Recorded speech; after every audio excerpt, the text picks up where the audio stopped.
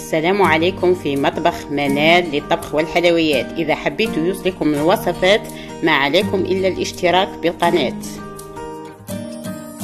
سلام ان شاء الله كم تكونوا بخير وعلى خير. جبت لكم علاج طبيعي للكحه والسعال، مضاد حيوي طبيعي 100%. كما ان البصل يقوي المناعه وهو كمضاد حيوي.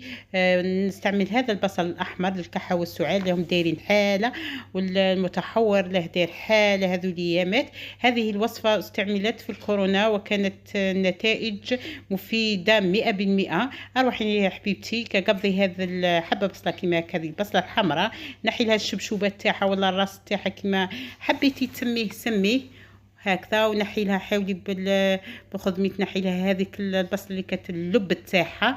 روحي رحيه وشوفي البصله كيفاه هكا، حطي ذاك اللب اللي رحيتيه حطي في وسط البصله، شوفي كيما راكي تشوفي. زيدي له ملعقه عسل، عندي عسل حر، زيدي له مغرفه عسل حر كيما راكي تشوفي. قلت لك ضربه بضربه، انا عندي هذا العسل الحر راح ندير منه مغرفه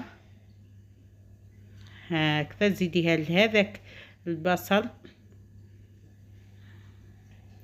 هكذا، ذاك البصل وزيدي نص مغرفه قرفه على راس مغرفه برك قرفه، وخلطي مع هذاك البصل مليح مليح.